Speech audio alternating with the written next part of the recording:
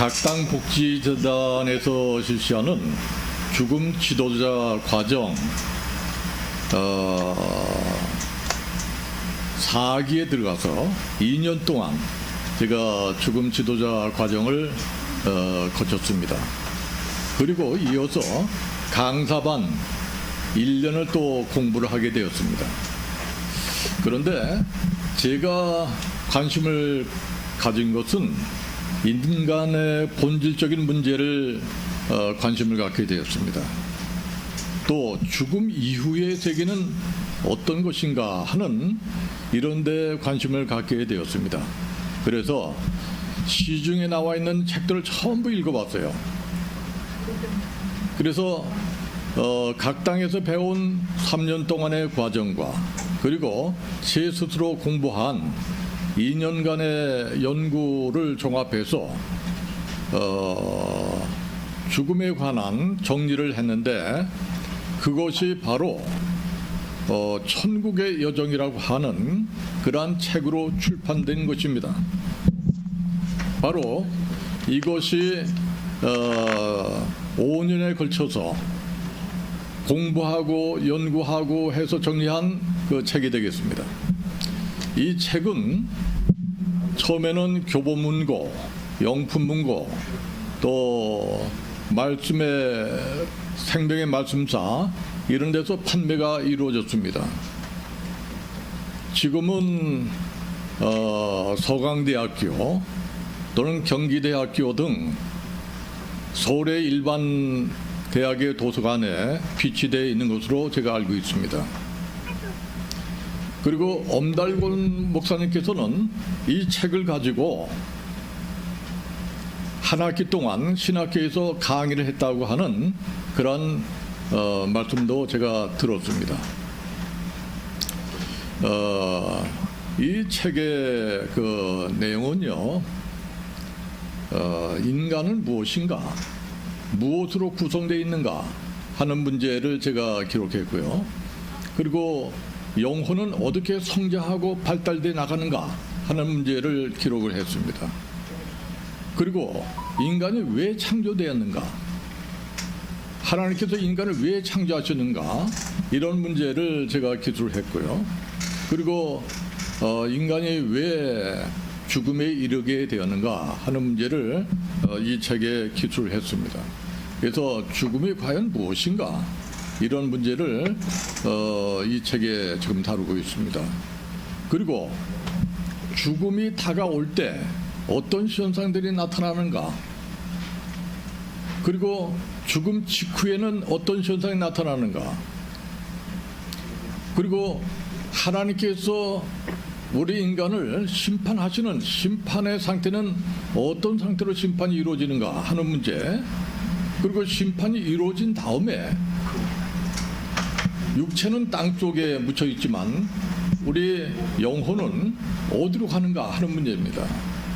그리고 그곳에서 무엇을 하는가 하는 문제도 이 책에 기록이 되어 있습니다.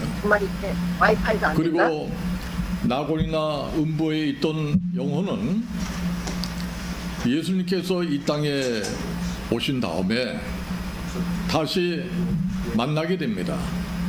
영혼과 땅속에 묻혀있는 육체가 만나서 부활을 하게 되는데 부활은 어떠한 원리로 이루어지는가 하는 문제, 그리고 부활이 이루어진 다음에 마지막으로 들어가는 천국과 지옥은 어떤 곳인가 하는 문제들을 상세하게 기록을 해놨습니다. 그리고 우리가 낙원에 들어가기 위해서, 천국에 들어가기 위해서는 어떻게 해야 될 것인가, 그 중생은 무엇인가, 죄의 문제를 해결하기 위한 그 방법은 무엇인가, 이런 문제를 기록을 했고요. 그리고 마지막으로 천국 백성이 되기 위해서는 임종을 어떻게 맞이해야 될 것인가 하는 문제를 이 책에 기록을 해놨습니다. 오늘은 이 책 중에서 일부를 여러분들에게 소개를 해드리고자 합니다. 다 들었는데.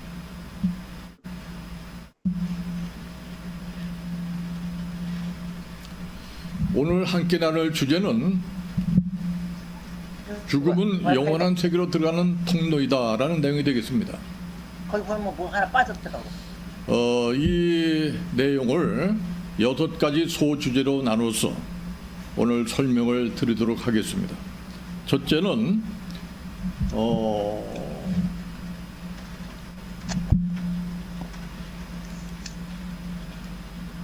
죽음은 의학적으로 임상적인 죽음과 생물학적 죽음으로 빠졌어. 나눈다. 근데 어디서 빠졌는지 모르겠어. 두 번째는 인간은 자신의 죽음을 알 수 있는 유일한 존재이다. 세 번째는 성경은 죽음을 육체적 죽음과 영혼의 죽음으로 나눈다. 네 번째는 죽음은 죄에 대한 형벌의 대가라고 성경은 말하고 있다. 다섯 번째, 죽음은 영의 세계로 들어가기 위한 자연스러운 삶의 한 과정이다. 그리고 마지막으로 죽음은 잠에 비유할 수 있다 하는 내용으로 말씀을 드리고자 합니다.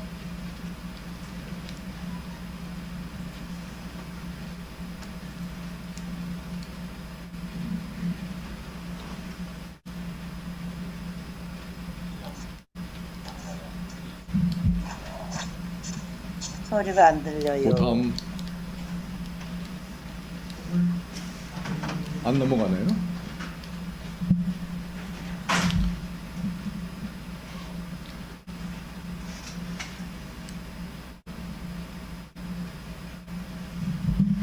고쳤네.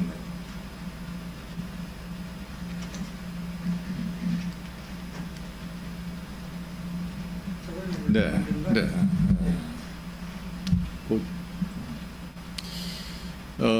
오늘 강의 주제는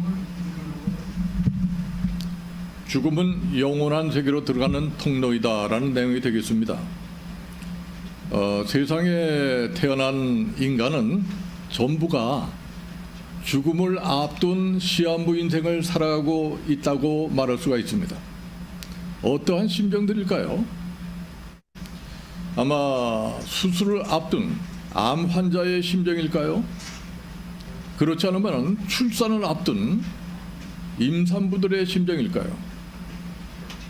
죽음의 공포가 드려져 있습니다.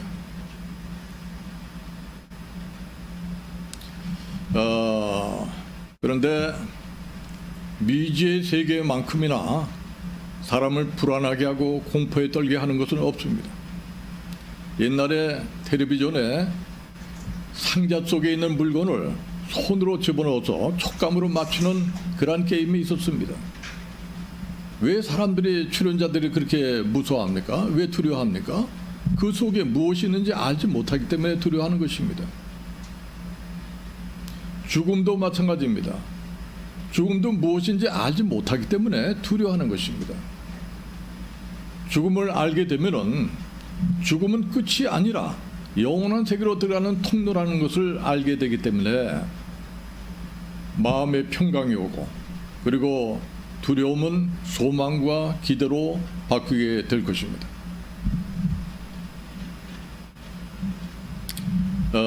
첫 번째 주제는 죽음은 의학적으로 임상적인 죽음과 생물학적 죽음으로 나눌 수 있다 하는 내용입니다. 육체적 죽음을 맞이하는 사람들은 대부분 3분의 1은 암으로 죽습니다. 그리고 3분의 2는 각종 질병으로 죽음을 맞이하게 됩니다. 인간이 가지고 있는 질병의 종류는 12,420여 종에 달합니다. 이 중에 가장 흔한 질병은 무엇입니까? 바로 잇몸 질환입니다. 잇몸 질환. 그리고 인간에게 가장 고질적이고 고통스러운 질병은 혈관 질환입니다. 우리 몸속에 혈관은 10만 킬로미터의 길이가 있습니다. 지구를 2바퀴 반 정도 돌 정도의 길이의 혈관이 우리 몸속에 지금 있는 것입니다. 이 조그만 그 주먹만한 심장이 피를 뿜어서 10만 킬로미터의 그 혈관을 돌리는 것입니다. 여기에 문제가 생기게 되면은 반신불수가 된다든가 말을 못한다든가 여러 가지 질병이 찾아오게 되는 것입니다. 그리고 죽음으로 바로 이어지는 질병은 폐혈증과 신부전증이 되겠습니다.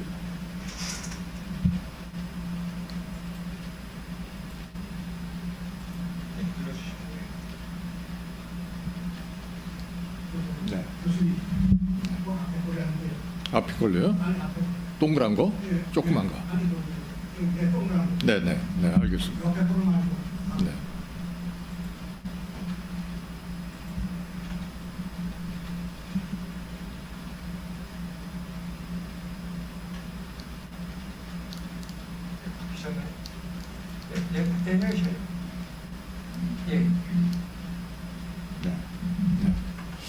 사람이 죽음에 이르기까지는 심장이 멈추는 상황에 동반됩니다. 심장이 멈추면서 뇌로 피를 공급하는 활동도 바로 멈춰지게 됩니다. 뇌로 피가 공급되는 활동이 멈춰지게 되면은 한 10초나 한 20초 정도 멈춰지게 되면은 뇌파가 사라지게 됩니다. 뇌파는 뇌의 대뇌 피질의 전기적 활동을 측정하는 것이기 때문에 뇌파가 사라지게 되면 의식이 없어집니다. 결국 죽음에 이르게 되는 것입니다. 임상적인 죽음은 심장이 멈추고 호흡이 그치고 뇌 활동이 정지되었지만 심장이나 폐를 다시 움직이게 하면 다시 실제로 소생이 가능한 상태가 되겠습니다. 물에 빠진 사람이나 사고로 인해서 심장이 멎은 사람들에게는 심폐소생술이 유용하게 활용될 수가 있습니다. 그러나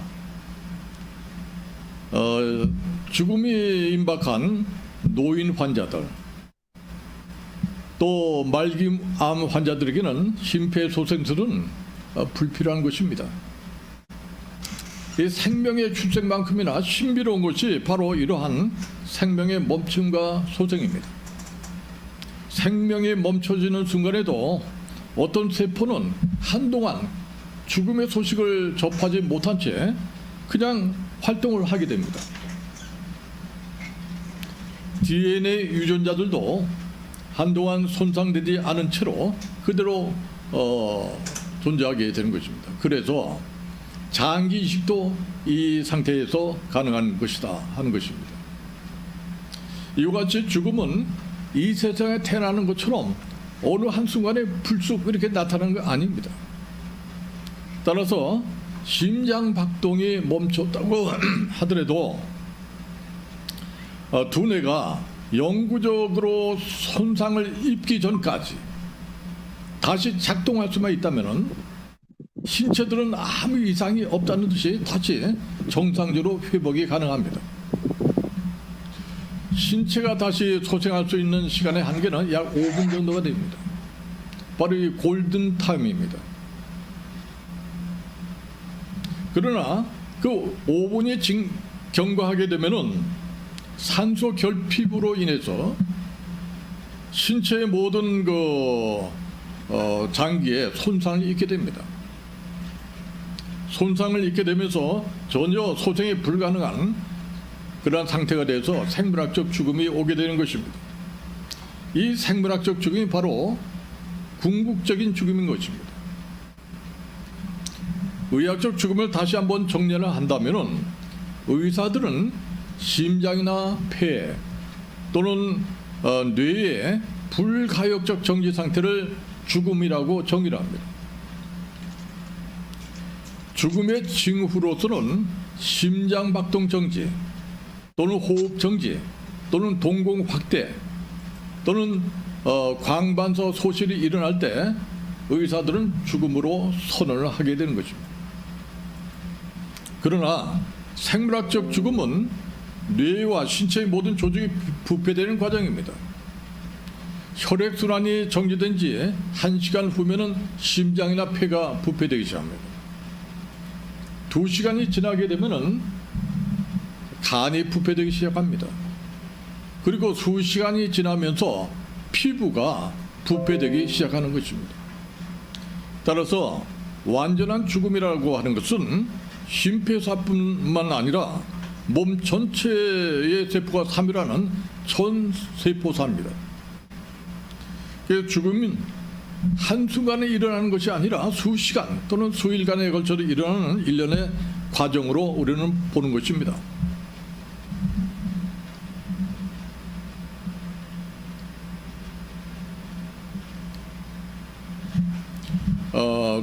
두 번째 주제는 인간은 자신의 죽음을 알고 있는 유일한 존재이다라는 내용입니다. 임상적인 죽음이든 생물학적 죽음이든 인간은 자기 몸의 변화를 본능적으로 느끼며 알 수 있는 자각적인 존재입니다. 따라서 죽음이 다가오기 시작하면 자기가 언제 죽음을 맞이하게 될 것인가 하는 그러한 것을 스스로 알게 됩니다.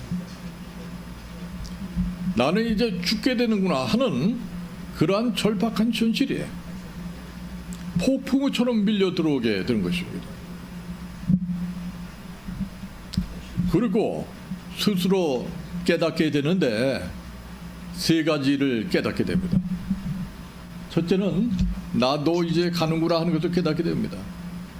지금까지는 다른 사람들만 가는 줄로 알았는데 이제는 내 차례가 됐구나 하는 것을 깨닫게 되는 거예요. 두 번째는 아무것도 가지고 갈 수 없구나 하는 것을 깨닫게 됩니다. 그동안 내가 쌓아온 모든 명예, 모든 재산 이런 것들을 전혀 내가 가져갈 수 없구나 그걸 느끼는 거예요. 세 번째는 인생은 결국 나그네 길이었구나 하는 것을 느끼게 됩니다.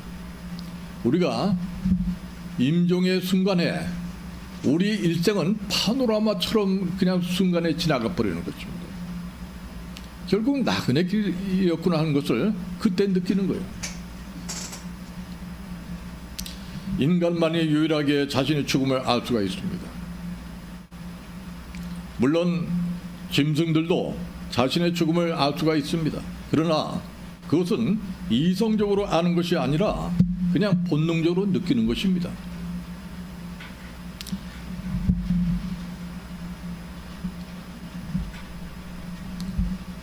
죽음의 현실은 무엇보다도 먼저 자신의 의식 속에 존재합니다. 사람이 죽음에 대해서 의식적으로 잊어버리고 피하려고 해도 죽음을 벗어날 수는 없습니다. 죽음의 필연성은 모든 생물의 존재 구조에 속하기 때문에 그렇습니다. 죽음의 필연성이 존재 구조에 속한다는 증거는 인간이 생물체로서 존재하기 위해서는 생존을 위한 조건들이 충족되어야 한다는 데 있는 것입니다. 인간은 생존을 위해서 먼저 산소가 필요합니다. 또 물이 필요합니다. 또 영양 공급을 해야 됩니다. 또 배설해야 됩니다. 그리고 체온 보존을 해야 됩니다. 그리고 수면을 취해야 됩니다. 이러한 조건들이 충족되지 않으면은 심각한 몸의 이상이 찾아오고 결국은 죽음에 이르게 되는 것입니다. 그래서 우리는 평소에도요, 산소가 부족하면은 아이고 숨이 막혀 죽겠다 그래요. 죽음을 연관시켜서 이야기하는 것입니다. 물이 부족하면 아이고 목이 말라 죽겠다 그래요. 자동적으로 자연적으로 이 죽음과 연관시켜서 이야기를 하는 것입니다. 생명을 유지하기 위한 이러한 조건들은 인간이 타락하기 전에는요, 하나님과의 유기적인 관계 속에서 자연스럽게 유지될 수 있었던 그런 하나의 속성이었습니다. 마치 나무 가지가 나무에 붙어 있기만 하면은 저절로 영양분을 공급받아서 꽃을 피우고 열매를 맺는 것 같이 우리도 자연스럽게 이러한 존재 구조가 충족되었을 것입니다. 에덴 동산에서의 아담과 하와의 삶은 장차 천국에 들어가 누리게 될 성도들의 삶과 비슷하지 않았을까? 이렇게 생각을 해봅니다. 사도 요한은 장차 우리가 들어가 누리게 될 천국의 생활을 다음과 같이 이야기를 합니다. 요한계시록 7장 16절 17절에 그들이 다시는 줄이도 아니하며 목마르지도 아니하고 해나 아무 뜨거운 기운에 상하지도 아니하리니 이는 보좌 가운데 계신 어린 양이 그들의 목자가 되사 생명수 샘으로 인도하시고 하나님께서 그들의 눈에서 모든 눈물을 씻어 주실 것임이라 그랬습니다. 아마 에덴 동산에서의 삶도 이러했을 것이라고 우리가 미루어 짐작해 볼 수가 있습니다. 인간이 타락하기 전에 상태와 우리가 앞으로 누리게 될 천국의 삶과 비슷하지 않았을까 이런 생각을 하는 것입니다. 태아가 엄마의 뱃속에서 모든 것을 충족했듯이 에덴 동산에서의 삶도 그러했을 것이라고 우리는 짐작해 볼 수가 있는 것입니다. 그러나 하나님의 말씀에 불순종하는 죄를 인간들이 짓게 되면서 인간은 하나님의 영원한 생명으로부터 단절되게 되었습니다. 그래서 위로부터 내려오는 영원한 생명의 공급 통로를 상실하게 되었습니다. 그래서 생존을 위한 필요한 속성들은 이제 자체적으로 제한된 능력으로 스스로 채우지 않으면 안 되게 된 것입니다. 마치 꽃꽂이의 꽃과 같이 제한된 자체 생명력으로 스스로 살지 않으면 안 되게 되었다는 것입니다. 그래서 우리는 이 세상의 삶이 고해 같은 그런 삶이다 하고 우리는 자괴감을 갖습니다. 스스로 우리가 노력해서 그 욕구를 충족시켜야 합니다. 인간의 이기적인 자기중심성 그리고 부정적인 모든 심리 기제는 이러한 욕구에서부터 일어나는 것입니다. 따라서 심리학에서는 욕구만을 다루는 동기심리학이라고 하는 것이 있습니다. 독일의 철학자 쉘러도 인간은 그 유기체 안에 자체적으로 유한한 구조를 가지고 있다 그랬어요. 이 구조로 말미암아서 인간은 외적 경험과는 관계없이 자기가 언젠가 죽게 된다는 것을 의식하고 또 그것을 알게 된다고 말한 바 있습니다. 또 심리학자 프로이드도 인간의 본능에는 삶의 본능뿐만 아니라 죽음의 본능도 있다고 이야기한 바가 있습니다.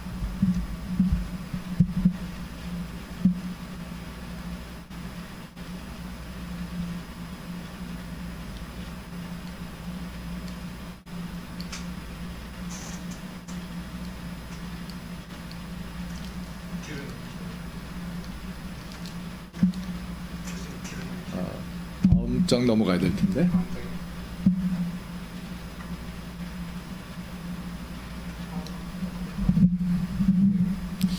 이처럼 죽음의 필요성에 대한 지식은 의식 속에서 생물학적 직관으로 주어지는 것입니다. 그러나 죽음에 대한 구체적인 인식은 사랑하는 사람의 죽음을 통하여 비로소 자신의 죽음에 대한 실제를 피부로 느끼게 되는 것입니다. 우리가 대개 늙어서는 둘이 같이 살게 됩니다. 근데 언젠가는 한 사람이 죽게 됩니다. 이때 바로 자신의 죽음에 대한 그 실제를 피부로 느끼게 된다는 것입니다. 삶을 함께 나누던 사람이 침묵 속에서 싸늘한 시체로 굳어갈 때에 우리는 죽음의 치명성과 죽음 앞에서의 무력감을 뼈저리게 느끼게 되는 것입니다. 죽은 사람은 더 이상 아무것도 말할 수가 없습니다. 바라볼 수도 없습니다. 더 이상 사랑할 수도 없고 미워할 수도 없습니다. 그리고 나는 죽은 사람이 지금 어떤 상태에 있는지 확인할 수도 없습니다. 나의 생각을 전할 수도 없습니다. 그를 위하여 아무것도 할 수 없는 무력감 속에 그냥 굳어가는 시체를 바라볼 뿐입니다. 그는 이제 유기체의 영역에서 무기질의 영역으로 넘어간 것입니다. 그가 세상에 무엇을 얼마나 남겨두었는가는 죽음의 순간에 아무 의미가 없습니다. 물론 이름과 명예, 업적 등을 남길 수는 있습니다. 그러나 죽은 사람 자신에게 더 이상 의미가 없습니다. 이 세계의 모든 것은 그에게 사실상 끝이 납니다. 이렇게 죽음은 치명적입니다. 죽음과 함께 한 인간의 존재는 이 세계에서 영원히 사라져 버리는 것입니다. 죽음은 출생의 순간부터 작동하던 모든 활동에 마침표를 찍는 것입니다. 중환자실의 심한 심장박동 그래프는 심겹게 오르락내리락 하다가 그냥 어느 순간 딱 정지해버립니다. 일생 동안 펌프질해오던 심장은 어느 순간이 되면 더 이상 작동하지 않습니다. 이때가 되면 수십조가 넘는 신체 세포 역시 두뇌의 명령을 받지 못하는 것입니다. 그러므로 죽음은 땅 위에 있는 삶의 냉정한 끝입니다. 단절입니다. 아무도 돌이킬 수 없습니다. 없었던 것으로 만들 수도 없습니다. 아무리 후회해도 소용이 없습니다. 다시 수정할 수도 없고 고칠 수도 없는 삶의 궁극성에 살아가는 사람이 굳어가는 시체에서 경험되어지는 것입니다. 일반적으로 이와 같은 죽음은 늙은 다음에 오는 것으로 우리는 착각을 합니다. 삶의 마지막 시간에 오는 것으로 우리는 착각을 합니다. 그러나 죽음은 단지 삶의 마지막 순간에 오는 것이 아니라 우리의 삶 한가운데 있는 현실이라고 말할 수가 있습니다. 독일의 철학자 하이데거의 말과 같이 죽음은 인간이 세상에 태어나는 순간 인간의 삶 속으로 점점 더 다가오면서 삶과 함께 실존하는 현실이라고 말할 수가 있는 것입니다.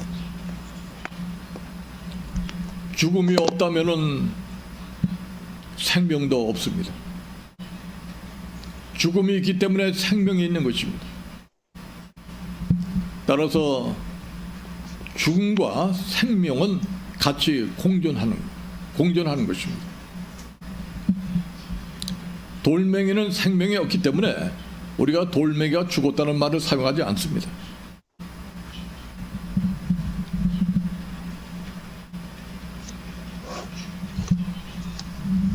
세 번째 주제는 성경은 죽음을 육체적 죽음과 영혼의 죽음으로 나누고 있다라는 내용입니다. 육체적 죽음은 영혼과 육체의 분리로 인해 생기는 육체적 생명의 종말입니다. 육적 생활의 상실입니다. 육체적 죽음은 육체의 자연적 관계들이 분리되어서 흙으로 돌아가는 과정입니다. 영혼까지 없어지는 인간 존재의 멸절을 포함시켜서 말하는 것은 아니라는 거죠.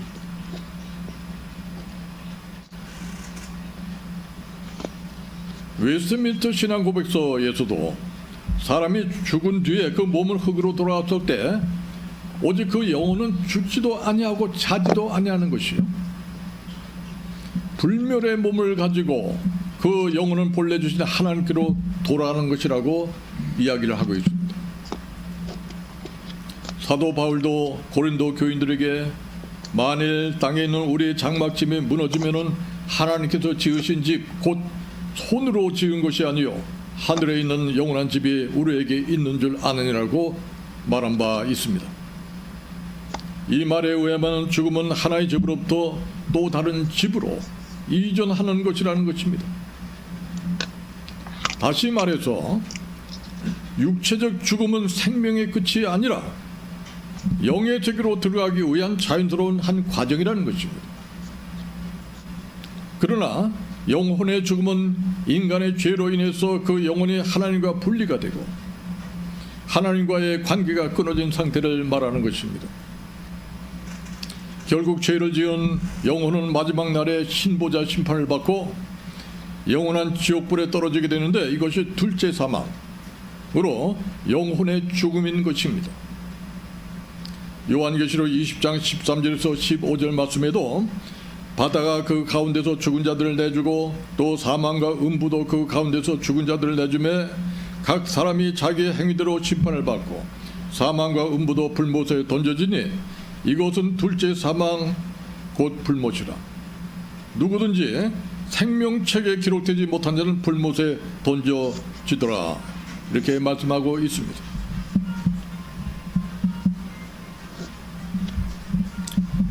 네 번째 주제는 죽음은 죄에 대한 형벌의 대가라고 성경은 말하고 있다는 것입니다. 하나님이 인간을 본래부터 허무하게 지으시지 아니하셨습니다. 죽음으로 소멸될 존재로 지으시지 아니하셨다는 것입니다. 인간은 불순종과 죄 때문에 자기 자신뿐만 아니라 주위 환경과 다른 모든 피조물까지 허무한 상태인 질병과 고통 그리고 죽음 속에 몰아넣게 된 것이라는 것입니다. 창세기 3장 17절에 18절에 아담에게 이르시되 네가 내 아내의 말을 듣고 내가 네게 먹지 말라 한 나무의 열매를 먹었은즉 땅은 너로 말미암아 저주를 받고 너는 내 평생에 수고하여야 그 소산을 먹으리라. 땅이 내게 가시던 풀과 엉겅퀴를 낼 것이라. 이렇게 말씀하고 있습니다. 땅은 너로 말미암아 저주를 받는다는 것입니다. 본래 하나님께서는 인간을 포함한 모든 생물은 변화와 성장을 통하여 완전해지도록 창조하셨습니다. 따라서 인간도 하나님의 형상을 닮아가기까지 계속 성장하며 발전하게 됩니다. 누가복음 2장 52절에 예수는 지혜와 키가 자라가며 하나님과 사람에게 더욱 사랑스러워 가시더라. 하나님이신 예수님께서도 육신을 입고 있는 이상 성장하고 변화해 가셔야 된다는 것입니다.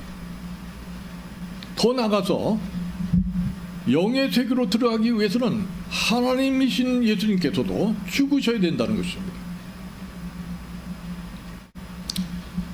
인간의 변화의 과정은 네 단계로 우리가 구분해 볼 수가 있습니다. 첫 번째 단계는 수정입니다. 남자의 정자와 여자의 난자가 만나서 결합함으로 인해서 태아의 삶을 살게 되는 것입니다. 태아의 삶은 육체를 준비하는 기간입니다. 두 번째는 출생입니다. 출생을 하게 되면은 육체의 삶을 살게 됩니다. 우리는 지금 육체의 삶을 살고 있는 것입니다. 육체의 삶은 뭘 준비해야 되겠습니까? 육체의 삶은 영혼의 세계를 준비해야 되는 것입니다. 세 번째 단계는 죽음입니다. 육체가 죽게 되면은 우리는 영체의 삶을 살게 됩니다. 영체의 삶은 뭘 준비해야 되겠습니까? 앞으로 올 부활체의 삶을 준비해 나가야 되는 것입니다. 예수님께서 이 땅에 오실 때 우리는 부활을 하게 됩니다. 부활을 하게 되면은 땅 속에 묻혀 있던 육체와 그리고 낙원에 있던 영혼이 만나서 결합되면서 부활체의 삶을 살게 되는 것입니다. 자, 그렇다면 죽음이 내포하고 있는 의미는 무엇일까요? 결국 죽음은 인간이 새로운 차원의 영적 세계로 들어가기 위한 형질의 변화에 불과하다는 것입니다. 죽음은 소멸이 아니라 변화의 과정이라는 것입니다. 인간의 생명은 그 모습이 계속 탈바꿈하고 변화해 갑니다. 생명 자체는 결코 소멸되지 않고 존재한 상태에서 다른 상태로 변화되는 과정을 수없이 거치게 되는 것입니다. 마치 물은 액체이지만 수증기가 되어서 기체로 변합니다. 때로는 얼음이 되어 고체로 변하기도 합니다. 마찬가지로 생명은 영생하지만 언제나 고정된 모양으로 머물러 있는 것은 아니라는 것입니다. 사람들은 존재의 상태가 변하는 과정을 죽음이라고 말하지만 그것은 육체가 탈바꿈하는 과정일 뿐이지 결코 생명이 멸절되는 것을 의미하는 것은 아니라는 것입니다. 전기학자 올리버 로치도 생명에는 죽음이란 없다. 다만 육체가 죽는 순간 모습을 바꿀 뿐이라고 이렇게 이야기한 바 있습니다. 일반 과학자들에 의하면요, 인간의 영혼은 한 인간의 모든 정보가 가득한 영원 불멸하는 존재인데 25암페어의 진동하는 에너지라고 설명합니다. 이건 예수를 믿는 그 사람들이 아니에요. 일반 과학자들이 인간의 영혼을 이렇게 설명합니다. 그러나 인간의 영혼은 그 몸이 변화되고 성장함에 따라서 표현 방식도 달라지게 됩니다. 미국의 노스캐롤라이나 의과대학의 로버트 란자 교수는 인간은 육체가 활동을 중단하여도, 즉 육체가 죽어도 의식 정보는 그대로 존재하지 하는데 양자 형태로 존재하게 된다는 것이죠. 우리는 이 양자 형태를 영혼이라고 부른다고 설명하고 있습니다.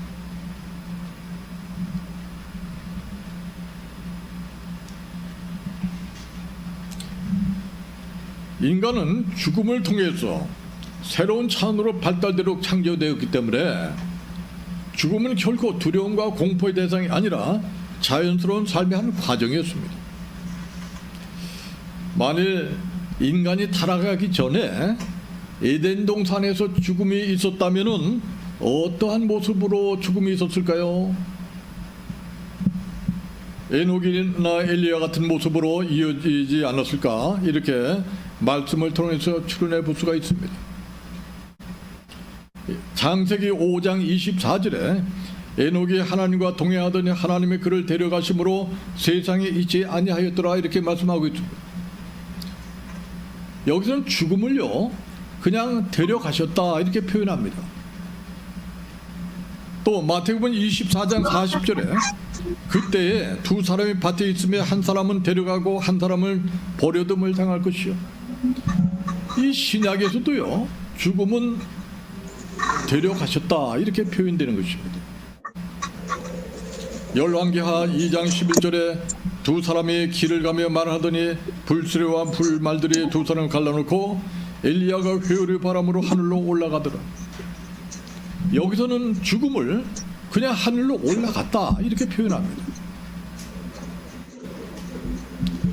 독일의 신학자 슐라이어 마크에 의하면 죽음 그 자체는 죄의 결과도 아니요 악한 것도 아니다 그렇게 이야기합니다. 그것은 유한한 인간의 시간적 한계이며 자연적 끝이다. 그러나 죄로 말미암아 이지러진 인간의 의식은 자연적인 것을 악한 것으로 경험하고 하나님의 심판으로 두려워하게 된다라고 이야기합니다. 또 스위스 신학자 칼 바르트도 죽음은 그 자체로서 심판이 아니다. 죽음은 유한한 인간의 한계이며 자연에 속한다. 그러나 인간이 현실적으로 당하는 죽음은 죄인으로서 죽음을 맞이하게 되기 때문에 자기의 죽음을 하나님의 심판과 벌로 경험한다라고 이야기합니다. 여인의 출산은 축복입니다. 그러나 어떤 여인의 출산은 저주가 됩니다. 학생들의 공부는 즐거운 것입니다. 근데 어떤 학생의 공부는 지겨운 것입니다. 잠자는 시간은 행복한 순간입니다. 근데 불면증 환자의 잠자는 시간은 고통스러운 시간입니다. 죽음은 자연스러운 것이지만 죄인으로서 맞이하는 죽음은 그건 고통이요 저주입니다.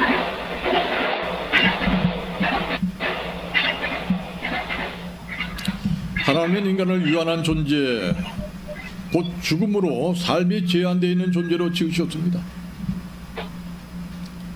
만일 인간이 시간의 제한을 받지 않는 영원한 존재라면 그는 하나님과 같은 신적인 존재일 것입니다. 여러분은 죽음이 없으면 좋겠습니까? 죽음이 없는 삶과 세상이 영원히 지속된다면 어떻게 되겠습니까? 사람이 죽지 않고 영원히 산다면 어떤 현상이 벌어질까요? 우선 나이가 필요가 없을 것입니다. 몇 살입니까? 100살인데요. 그건 가능해요. 몇 살입니까? 1000살인데요. 저는 1억 살인데요. 이게 무슨 소용이 있겠습니까? 나이가 필요 없게 될 것입니다. 그리고 종교도 필요 없게 될 것입니다. 종교가 존재하는 이유가 무엇입니까? 바로 두 가지입니다. 죄의 문제를 해결하는 것입니다. 그리고 또 하나는 죽음의 문제를 해결하는 것입니다. 죽음이 없는데 종교가 무슨 필요가 있습니까? 목사님도 목사라는 직업도 필요가 없습니다. 지구는 포화 상태가 될 것입니다. 우리 지구는 100억 이상 넘어가면은 이건 살 수가 없습니다. 지금 포화 상태에 다다르고 있습니다. 그리고 죄인들은 삶은 그 자체가 지옥이 될 것입니다. 제가 유튜브에 어제 보니까 젊은 사람이 노인에게 쌍욕을 막 해요. 전철관에서 시끄럽게 전화를 하니까 좀 조용히 하라 하니까 그냥 뭐 쌍욕을 막 합니다. 주먹까지까지 해요. 뭐 지금도 이런 상태인데 인구가 포화 상태에 오면은 어떤 현상이 벌어질까요? 그리고 삶 자체가 지겹고 고통스러울 것입니다. 그래서 죽음이라고 하는 것은 하나님의 축복입니다. 그리고 또 죽음이 없다면 하나님의 공의도 필요가 없습니다. 뭐 죄인이나 선한 사람이나 똑같이 뭐 오래 산다면은 뭐 하나님의 공의가 어디 있겠습니까? 인간의 삶이 시간적으로 제한되어 있다는 것은 모든 피조물과 마찬가지로 인간의 죽음도 하나님의 창조 질서에 속한다고 볼 수가 있습니다. 죽음은 창조 질서입니다. 모든 생명체는 죽게 돼 있습니다. 히브리서 9장 27절에 한 번 죽는 것은 사람에게 정해진 것이요 정해졌다는 것입니다. 그 후에는 심판이 있으리니라고 말씀하고 있습니다.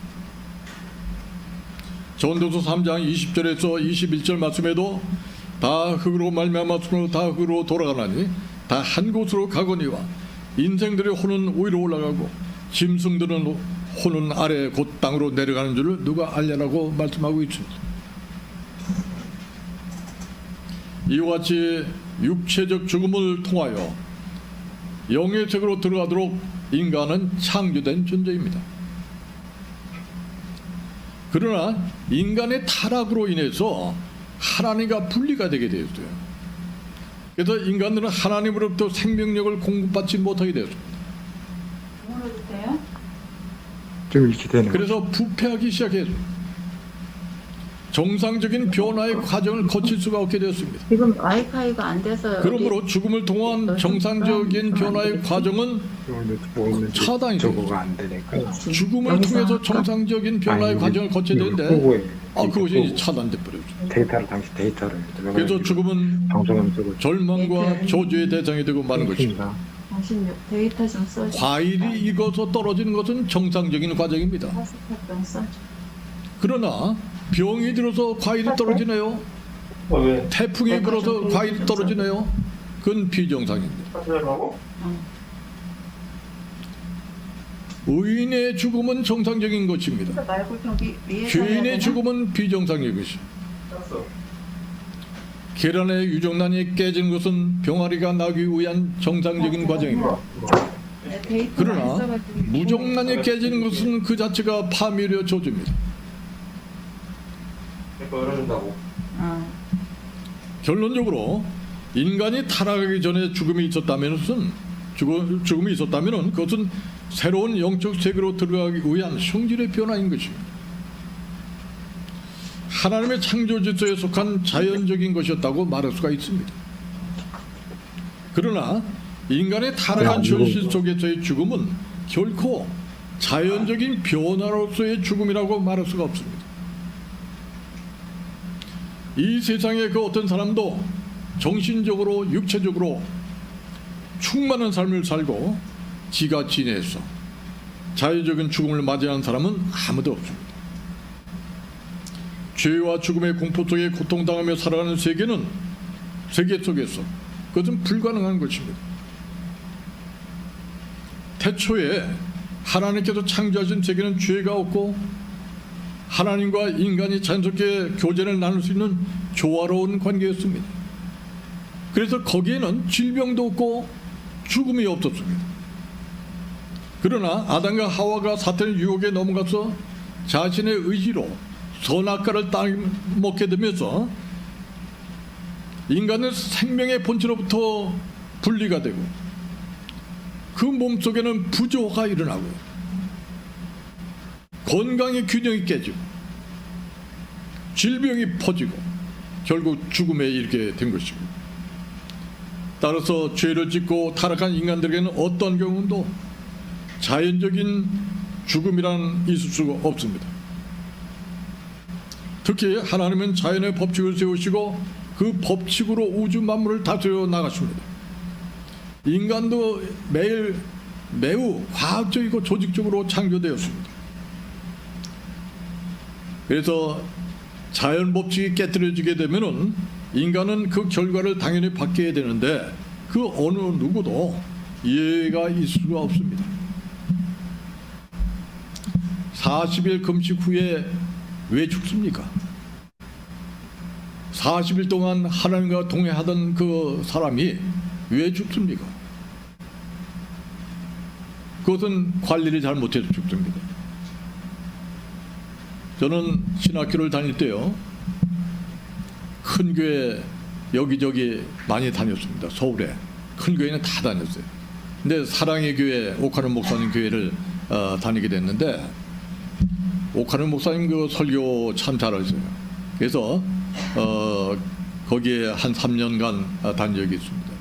근데 오카는 목사님의 설교 중에 질문을 하나 하는 거예요. 무슨 질문을 하느냐면요, 예수님께서 40일 금식 후에 광야에서 사탄의 유혹을 받게 되는데 사탄이 예수님을 성전 꼭대기까지 데려갔습니다. 그래서 사탄이 예수님한테 네가 여기서 떨어져 내리면은 하나님의 아들이라면은 천사들이 와서 네 발이 땅에 부딪히지 않도록 아마 받들어 모실 것이다, 이렇게 이야기해요. 그러면서 그 오카는 목사님이 질문해요. 왜 예수님께서 안 떨어져 내렸습니까? 이렇게 물어요. 여러분들 어떻습니까? 왜 하나님께서 예수님께서 떨어지면 뭐 분명히 천사들이 와서 저 발이 땅에 닿지 않도록 이렇게 모실 텐데 왜 안 때려줘 내렸을까요? 왜 그럴까요?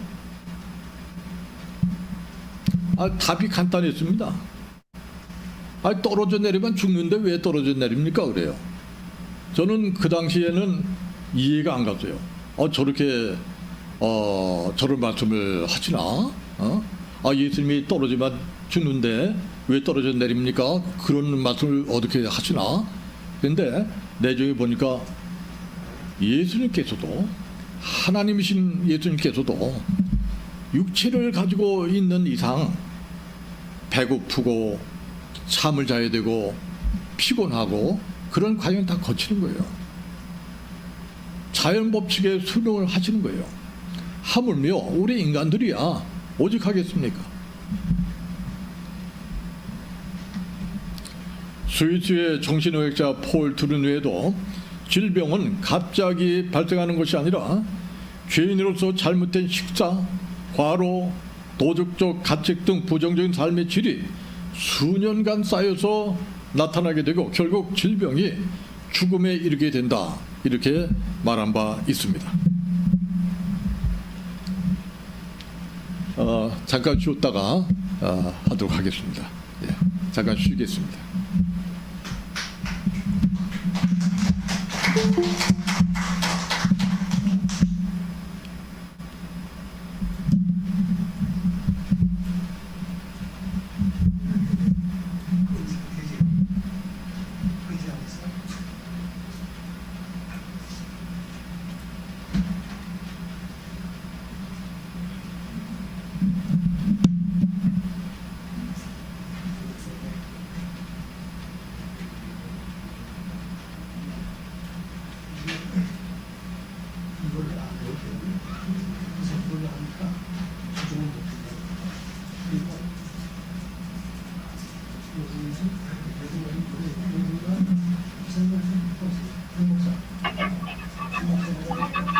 교수님 수고했습니다.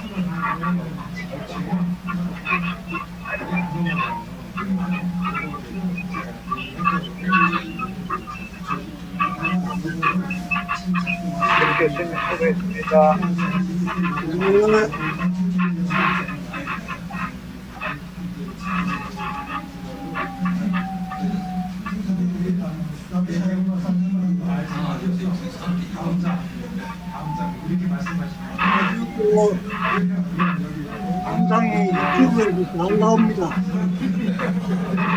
유튜브는 안 나오고 나서 유튜브 지금 제가 기타 안에서 보고 있습니다. 네, 유튜브는 안 나와요. 우리가 구글밋하고 유튜브하고 시간차가 있어가지고 두 개를 동시에 켜면 맞지 않아요. 그러면 맞지 않아요. 유튜브만 뜨거워요. 켜면 네, 맞습니다. 너무 혼란스러워. 유튜브하고 같이 안 됩니다. 동시에 저는 하고는 있지만 이 구글밋의 소리를 끄고 유튜브 소리만 켜가지고 지금 녹화하고 있습니다. 아, 그래요. 수고했습니다.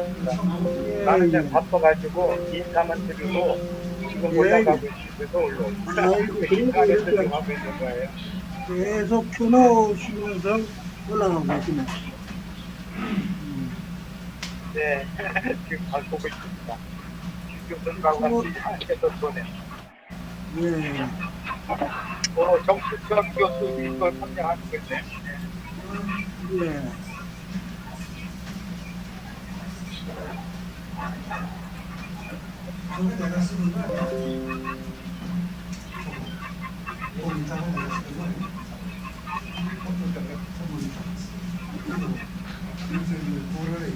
우리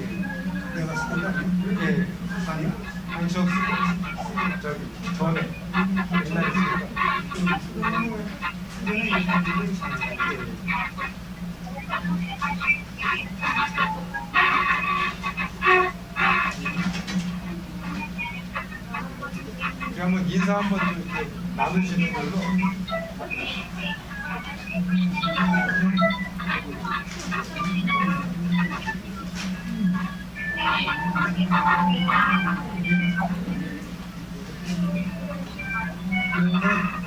여기 계신 분들 핸드폰을 진동을 하는 것을 진동.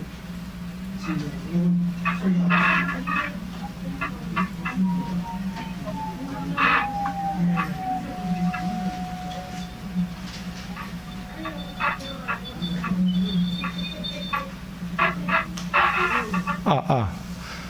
제 목소리 들리나요, 김문덕 교수님? 네, 잘 들립니다. 잘 들려요. 예, 잘 들립니다. 잘 들려요. 네, 잘 들립니다. 지금 이렇게 하면은 그 유튜브에도 나오고 해서 참 좋네요. 네. 유튜브보다 좋아요, 구글이.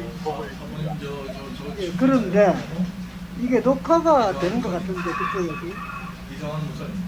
내가? 목사님이 녹화 이 유튜브 영상을 아니, 녹화 안 녹화가 하는데? 되는 야, 녹화 안 하고, 녹화 안 하고. 이 목사님 제 목소리 들리면 이렇게 동그라미를 한번 해보셔요. 아 이거 들려요. 이걸로요. 예. 들려요? 이 목사님 인사를 좀 나눌게요.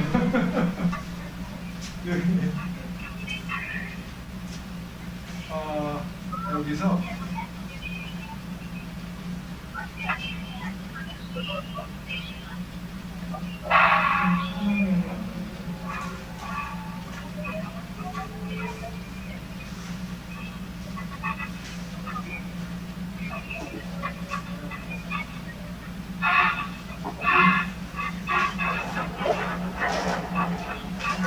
지금 쉬는 시간에는 유튜브도 화면이 잘 잡힙니다.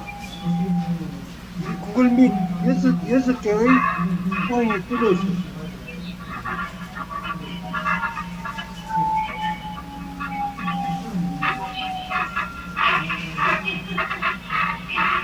유튜브는 말이 안 돼요. 교재가. 구글 미트만 이렇게 서로 얘기할 수 있습니다. 대화가 좀 가능합니다. 육고기 목사님은 지금 이게 시간으로 지금 이렇게 이가 새로운 것 같아요. 화면이 아니야, 나는 인사를 이렇게 안 해요. 화면을 여기 통해서 여기 가시면 인사를 여기서 이렇게 나누게 되는 그래서 이게 지금은 좀 괜찮아. 아까는 겨울이 나와. 화면이 있거든요. 교수님 그냥 쉬운 거예요. 흔들어 주시고요.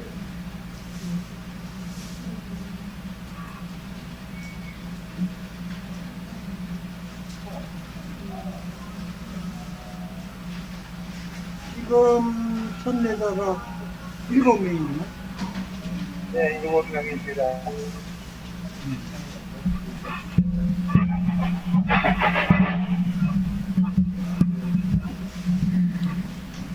영상으로 보시는 우리 김문덕 교수님, 육호기 목사님, 또 우리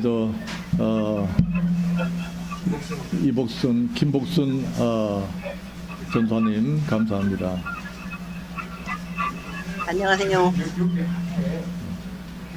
네, 안녕하세요. 아 예. 안녕하세요.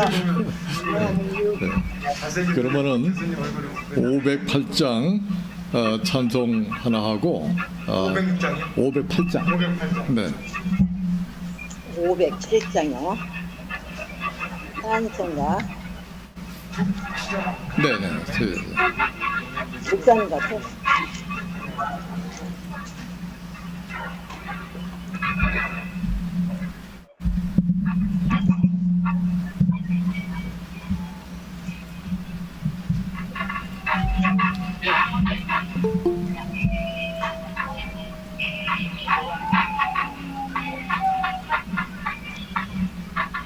그러니까 덥다.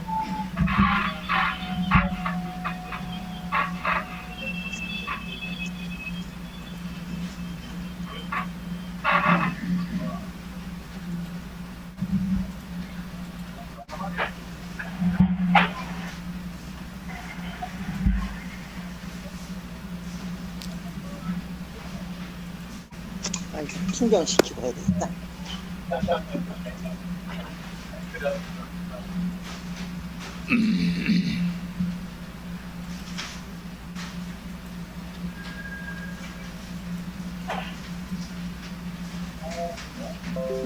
천주교에서도 이 찬양을 부르는지 모르겠네요. 우리 전 이사님, 이 찬양 거기까지 뭐야? 아시나요? 거기까지 싹 모르겠다. 잘 안 들려요?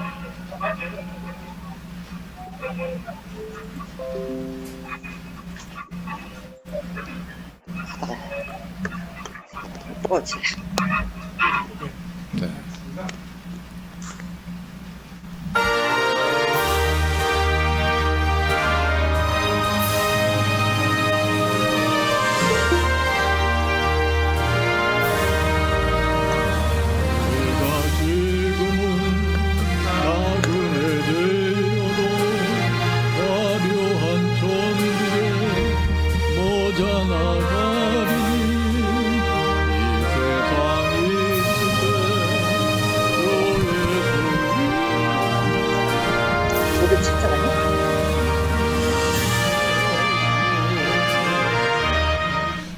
다시 제가 선창을 하면서 하겠습니다. 예, 다시. 예.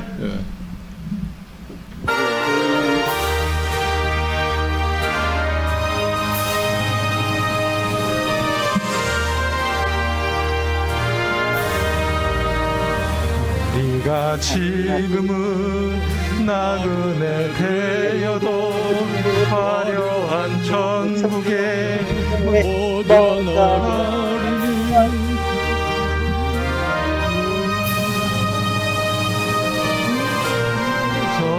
설아세 주내게 돌아가시니 천사도 흠모하겠네. 화목게 하라신 구주의 말씀을 온 세상 널리 전하세. 주 예수 말씀이 온 세상 만민들 흉악한 죄에서 떠나라 하시니 이 말씀 듣고서 새 생명 얻으라. 이 기쁜 소식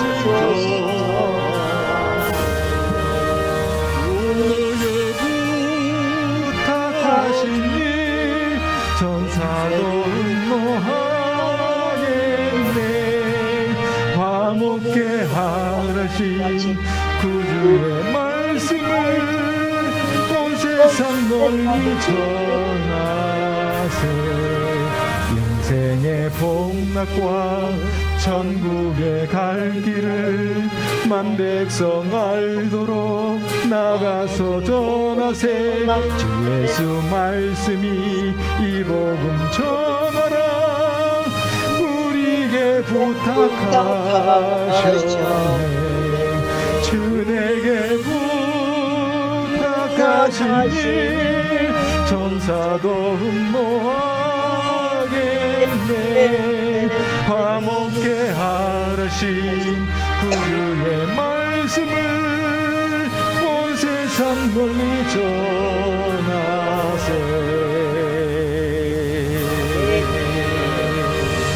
감사합니다. 수고하셨습니다. 예, 5번째 주제는요. 다음 장.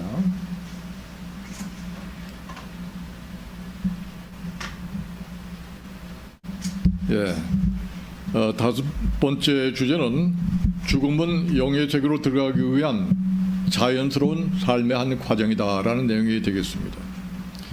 인간과 모든 만물이 죽음의 공포 속에 시달리는 비참한 상태는 영원히 지속되지 않을 것입니다.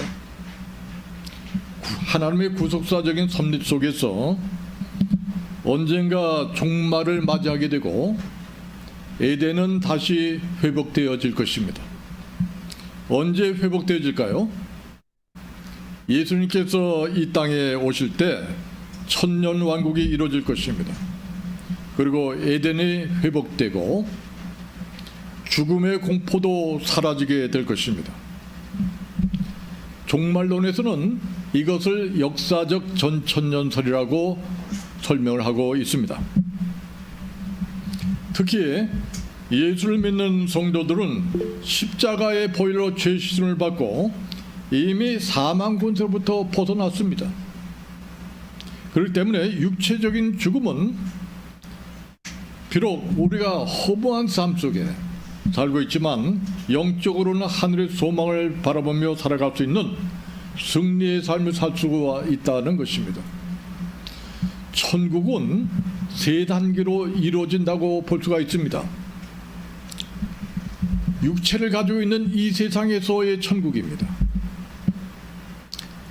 예수님의 하나님의 다스림을 받는 우리 성도들의 삶이 비록 육체를 가지고 있으면서 고난과 여러 가지 세상적인 유혹을 거치면서 살고 있지만 하나님의 다스림을 받는 그러한 천국의 삶을 우리는 일부라도 살고 있는 것입니다.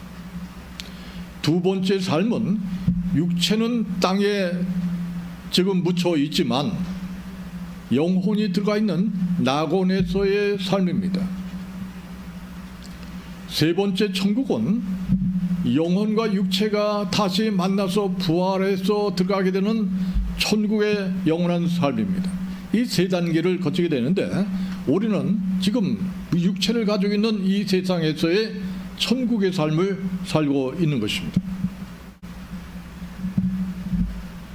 로마서 8장 1절에서 2절 말씀에 그러므로 이제 그리스도 예수 안에 있는 자에게는 결코 정죄함이 없나니 이는 그리스도 예수 안에 있는 생명의 성령의 법이 죄와 사망의 법에서 너를 해방하였습니다. 이렇게 말씀하고 있습니다. 더 나아가서 성도들은 육체의 영광을 억제하고 세상의 유혹을 떨쳐버리고 영적 성장을 이루게 되면서 육체적인 죽음은 보다 완전한 성화로 나가게 되는 하나의 계기가 되는 것입니다. 다시 말하면 성도들은 죽음을 통하여 하나님과 더불어 살아갈 수 있는 영의 성질로 새롭게 변화되는 것입니다. 죄의 유혹도 끝나고 영적 전투도 끝나고 주님과 함께 영원히 안식을 누리게 되는 그러한 삶이 되는 것입니다. 이와 같이 죽음은 하나님께서 자기 백성을 성화시키기 위한 한 과정입니다. 육체적 죽음은 영계로 들어가는 관문이 되는 것입니다. 죽음은 보다 높은 차원으로 들어가는 것입니다.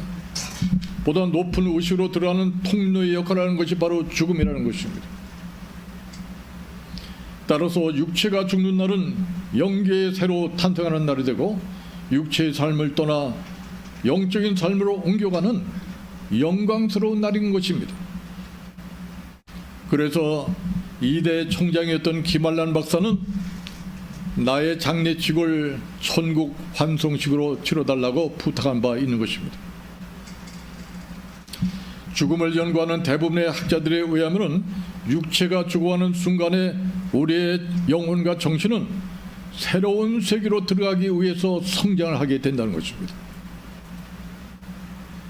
우리 영혼이 이 세상에서 가장 아름다운 모습으로 변화되는 순간이라는 것입니다. 가장 존귀하고 존엄한 모습으로 변화된 순간이 바로 죽음의 순간이라는 것입니다. 신학적으로는 이것을 성화가 완성된다고 말하는 것입니다.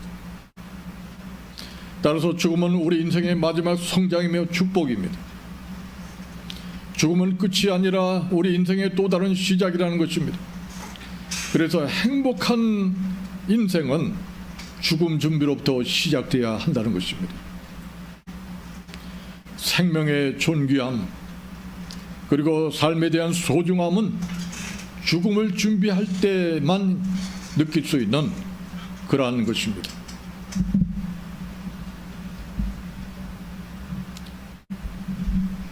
그러나 불신자들은 이 세상에서 죄 가운데 하나님의 온갖 노염과 심판을 자청했기 때문에 육체적 죽음은 절망과 저주일 수밖에 없습니다.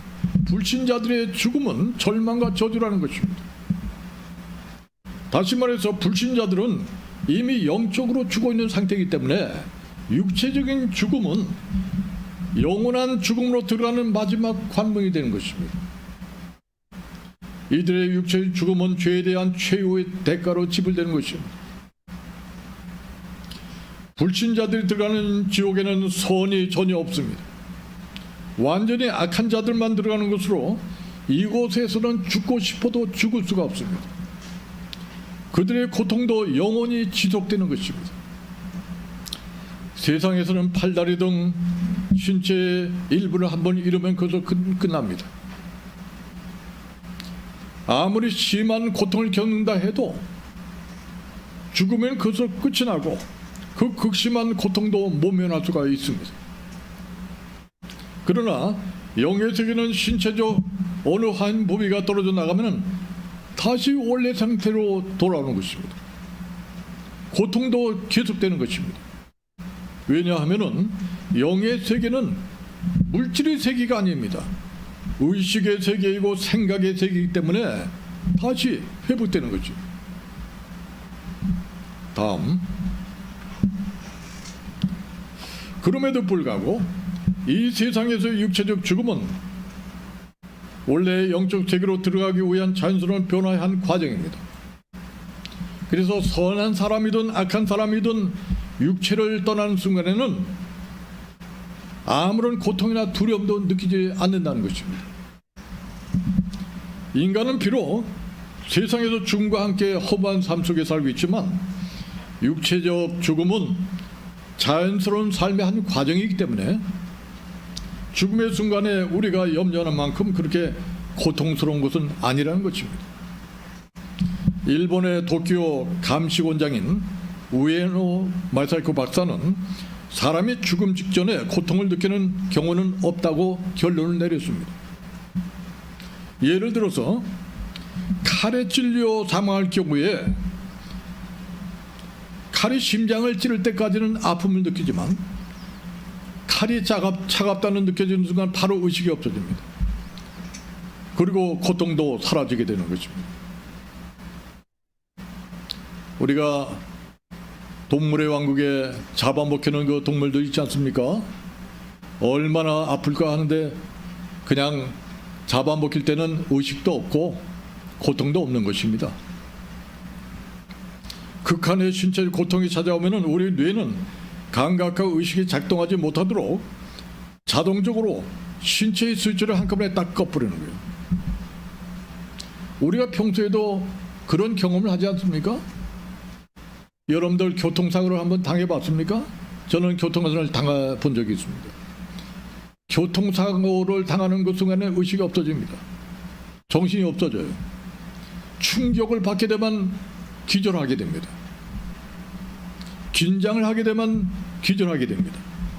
심지어 술 많이 먹는 사람이 과음을 하게 되면 필름이 끊깁니다. 의식이 없어져요. 그런가 하면은 뇌의학자 도마베스 시대토는 죽음의 순간에 뇌는 행복물질로 가득 채워진다는 결과를 발표했습니다.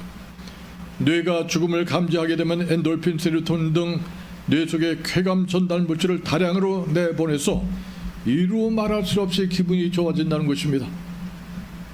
그다음 여섯 번째 마지막 주제는 죽음은 잠에 비유할 수 있다는 것입니다. 죽어가는 과정은 마치 몹시 피곤한 사람이 자기도 모르는 사이에 잠에 빠져드는 것 같다고 말할 수가 있습니다.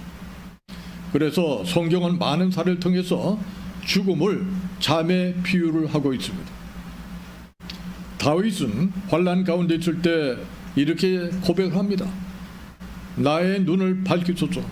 두렵건대 내가 사망의 잠을 잘까 하오며라고 고백합니다. 또 바울도 형제들아 자는 자들에 관하여는 너희가 알지 못함을 우리가 원치 아니하노니라고 말씀을 하고 있습니다. 그리고 예수님께서도 나사로가 죽었을 때 우리 친구 나사로가 잠들었도다. 그러나 내가 깨우러 가노라고 말씀하고 있습니다. 이렇게 예수님도 죽음을 잠으로 표현하였습니다. 잔다라고 하는 표현은 영혼의 죽음을 가리켜 말하는 것이 아니라 육신의 죽음을 상징적으로 표현하는 것입니다. 그리스의 시인 호모는 서사시 일리아드에서 잠을 죽음의 형제라고 불렀습니다. 잠과 죽음은 비슷한 점이 굉장히 많습니다. 첫째로 잠과 죽음은 휴식을 얻는다는 점에서 비슷합니다. 사람이 잠을 통해서 정신과 육체의 휴식을 얻는 것처럼 사람들은 죽음을 통해서 곤고한 삶을 마치고 주님 품 안에서 안식을 누리게 되는 것입니다. 둘째로 다시 깨어난다는 점에서 비슷합니다. 사람들이 잠을 잔 후에 아침에 다시 깨어나는 것처럼 성도들은 주님께서 이 세상에 오실 마지막 날에 무덤에서 다시 살아나게 되는 것입니다. 마지막으로 생기를 얻게 된다는 점에서 비슷합니다. 잠을 자고 나면 피곤이 사라지고 몸에서 생기가 납니다. 마찬가지로 무덤에서 부활한 성도들의 몸은 썩을 것에서 썩지 아니할 것으로 변화됩니다. 욕된 것으로 영광스러운 것으로 변화됩니다. 약한 것으로 강한 것으로 변화됩니다. 그리고 육의 몸에서 신령한 몸으로 다시 살아나게 된 것입니다. 잠자는 산을 보고 울며 슬퍼할 사람이 어디 있겠습니까? 그 이유는 무엇입니까? 아침 되면 다시 만날 수 있기 때문에 슬퍼하지 않는 것입니다. 마찬가지로 부활을 믿는 우리들도 죽음을 두려워할 이유가 없습니다. 인간이기 때문에 가족의 죽음을 맞이했을 때 슬픔이 없을 수는 없습니다. 그러나 부활의 소망으로 그 슬픔을 극복할 수 있어야 될 것입니다. 설사 이 세상에서 수명이 단 하루 남았다고 해도 아쉬워할 필요가 없습니다. 시간이 무엇입니까? 인간이 만들어낸 인위적인 개념인 것입니다. 하루가 무엇입니까? 하루는 지구가 한 바퀴 자전하는 것을 하루라고 우리가 정한 것입니다. 한 달이 무엇입니까? 달이 지구를 한 바퀴 공전하는 것이 한 달이라 이렇게 우리가 정한 것입니다. 1년이 무엇입니까? 1년은 지구가 태양을 한 바퀴 도는 것을 우리가 1년이라 하자 이렇게 정한 것입니다. 따라서 이 세상에서 잘 산다고 하는 것은 단지 수명의 연장을 뜻하는 것은 아닙니다. 하나님의 뜻을 얼마나 잘 이루어 나가는 데 있는 것입니다. 그러나 이 세상이 전부라고 생각하는 불신자들에게는 죽음은 절망일 수밖에 없습니다. 그래서 가망이 없는 환자라고 할지라도 어떤 수술 써서라도 생명을 조금 더 연장시키려고 합니다. 다시 말해서 무의미한 연명치료를 하고자 한다는 것입니다. 그러나 무의미한 연명치료는 본인은 물론이고 가족들에게까지도 고통을 주다가 결국 재산을 다 탕진하고 세상을 떠나게 되는 어리석은 행동인 것입니다. 우리 교회 원로 장로님 한 분 계십니다. 콧줄을 끼고 코로 호수로 밥을 먹으면서 식물인간으로 13년 동안 지금 살아계십니다. 대소변도 가리지 못합니다. 사람을 알아보지도 못합니다. 그렇게 13년 살고 계십니다. 그 사모님은 얼굴이 완전히 그냥 우울증에 걸려 있어요. 자, 그게 무슨 의미가 있습니까? 그렇게 산다는 것이 무슨 의미가 있습니까? 영원히 산다면 모르겠어요. 이미 언젠가는 죽는 거예요. 죽는데 그렇게 살다 죽으면 뭐 한다는 것입니까? 한림대 성심병원의 김현아 교수는 죽음의 과정을 세 단계로 이야기합니다. 일단 바깥 출입을 못하는 단계가 옵니다.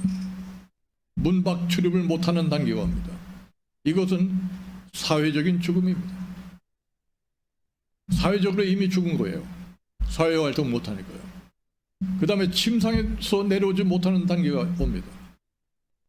대소변을 못 가리는 단계가 옵니다. 그것은 인격적인 죽음입니다. 이것은 인간이 아니에요.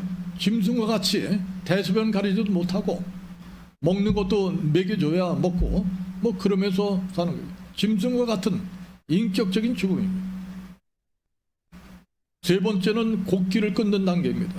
그건 생리적인 죽음이에요. 곡기를 끊었는데 호수를 집어넣어 가지고 억지로 살린다. 그건 사회적인 죽음, 인격적인 죽음, 생리적인 죽음이 다 죽었는데 무슨 의미가 있습니까? 그 다음 단계. 이와 같이 현세와 내세는 관계가 없는 단절된 세계가 아닙니다. 서로 밀접한 관계로 이어지는 일관된 세계입니다. 그리고 그 삶은 일직선상에 연속되는 하나의 삶인 것이죠. 다만 그 변화는 육의 생활에서 영의 생활로 옮겨가는 상태의 변화에 지나지 않는 것입니다. 천주교의 김수환 주기경도 세상을 떠나기 전에 죽음에 관해서 이렇게 이야기한 바 있습니다. 죽음은 영원한 세계로 들어가는 관문이다. 이렇게 이야기합니다. 두 번째, 죽음 이후는 펴보지 않은 책과 같다. 이렇게 이야기합니다. 세 번째, 나는 사랑으로 사후 세계를 준비하고 있다. 이렇게 이야기합니다. 아주 정확한 말이에요. 하나님의 본질이 무엇입니까? 사랑입니다. 인간의 본질이 무엇입니까? 인간도 하나님의 형상을 닮았기 때문에 인간의 본질도 사랑입니다. 인간이 사랑을 잃으면 더 이상 인간이 아닙니다. 사람처럼 생겼지만 사람이 아닙니다. 그리고 네 번째로 김수관 추기경은 이렇게 이야기합니다. 그러나 죽음은 여전히 두렵다. 이렇게 이야기합니다. 왜 두렵습니까? 미지의 세계이기 때문에 두려운 거예요. 미지의 세계이기 때문에. 이 세상의 생활은 영혼의 발달에 있어서 맨 처음 시작하는 첫 번째 삶인 것입니다. 내세에 가서는 그 다음의 삶을 또 거치게 될 것입니다. 물질 세계에서 육체를 통하여 육체를 벗은 영혼은 영으로 존재하는 영의 세계에서 영체로서의 삶을 또 살게 될 것입니다. 이처럼 영의 세계와 물질 세계는 밀접한 관계로 연속되는 삶으로 모든 것이 비슷합니다. 물질 세계와 영의 세계는 모든 것이 비슷합니다. 따라서 영의 세계인 낙원에도 물질 세계와 마찬가지로 여러 계층으로 나눠져 있습니다. 상급도 여러 가지가 있습니다. 물질 세계에서 자기 영혼이 발달되고 정화된 정도에 따라서 해당되는 계층으로 가게 되는 것입니다. 육체의 죽음으로 성화는 완성되었지만 상급에 따라서 영의 세계에서 누리는 삶이 다르다는 것입니다. 고린도전서 3장 8절에 심는 이와 물 주는 이는 한 가지나 각각 자기가 일한 대로 자기의 상을 받으리라고 말씀하고 있습니다. 히브리서 10장 35절에 그러므로 너의 담대함을 버리지 말라 이것이 큰 상을 얻게 하느니라. 상이 있다는 것입니다. 영의 세계는 정의롭고 공평한 사회인 것은 틀림없지만 평등한 사회는 아니라는 것입니다. 그러므로 우리 성도들은 천국에 가서 상을 받게 될 것입니다. 더 나아가서 우리 목사님들은 아마 더 큰 상을 받게 되리라 이렇게 생각을 합니다. 아마 사모님들도 더 큰 상을 받게 되리라 이렇게 믿습니다. 그리고 마지막 변화의 과정을 거치게 됩니다. 예수님께서 이 땅에 재림하실 때에 낙원에 있던 영혼들은 다시 땅 속에 묻혀있던 육신과 결합하게 되어서 영화로운 천국에서 주님과 함께 부활체로서의 삶을 살게 될 것입니다. 영원한 낙원의 길을 가던 인간의 영혼은 주님께서 계시는 영계에 도달하고서야 비로소 자기 완성하는 것으로 보는 것입니다. 그렇다면 육체가 부활하여 들어가야 될 영원한 천국은 과연 어떤 것인가? 천국의 본질은 무엇인가 하는 것입니다. 그 다음에 미국의 프린스턴 신학교의 하치 박사는 천국에 대해서 다음과 같이 설명을 합니다. 천국은 우리 주님의 영원한 집입니다. 그리고 또한 구속받은 인간들이 영원히 거할 본향입니다. 따라서 천국은 그 구조와 조건과 활동에 있어서 철저하게 인간적이어야 한다는 것입니다. 천국은 철저하게 인간적이어야 한다. 천국에서는 인간의 신체 기능이 제 기능을 발휘해야 될 것이다. 모든 감각이 환경을 통하여 느껴져야 될 것이다. 그리고 천국의 기쁨과 활동은 이성적이어야 할 것이다. 내가 판단해야 된다는 것이에요. 감성적이어야 한다는 것입니다. 또 자발적이고 적극적이어야 한다는 것입니다. 귀신이 주는 것처럼 말이죠. 그냥 나도 모르게 그냥 뭐 무슨 말을 듣고 하는 행동, 그게 아니라는 거예요. 내가 생각하고 내가 느끼고 내 의지로 활동하는 그러한 철저하게 인간적인 것이 바로 천국이라는 것입니다.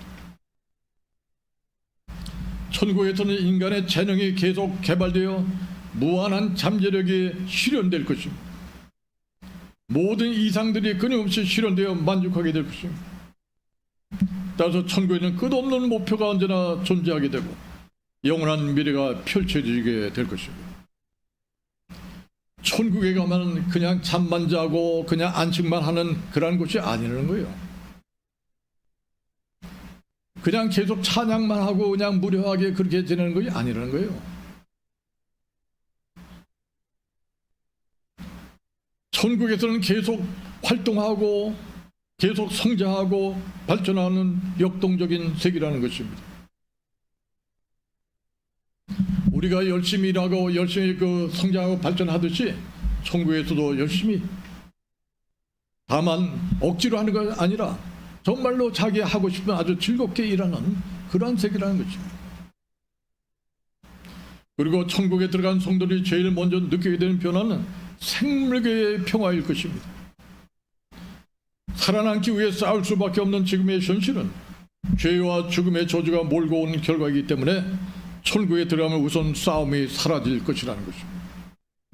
이사야 11장 6절에서 9절 말씀에 그때 이리가 어린 양과 함께 살며 표범이 어린 염소와 함께 누우며 송아지와 어린 사자와 살짐승이 함께 있어서 어린 아이에게 끌리며 암수와 곰이 함께 먹으며 그것들의 새끼가 함께 엎드리며 사자가 소처럼 풀을 먹을 것이며 젖 먹는 아이가 독사의 구멍에서 장난하며 젖된 어린 아이가 독사의 굴에 손을 넣을 것이라.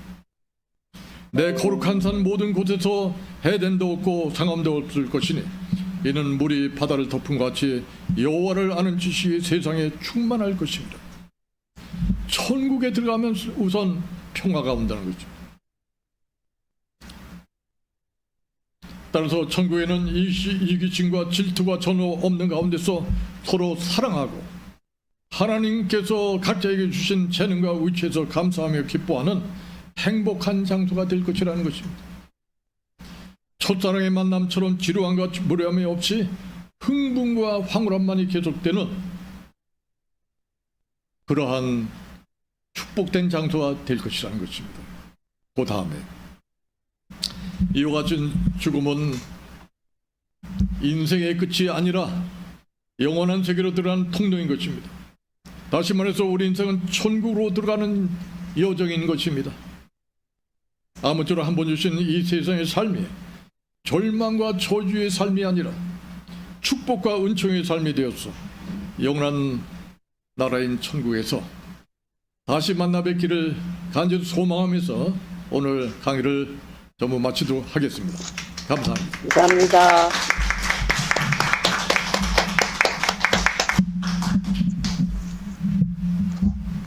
수고하셨습니다.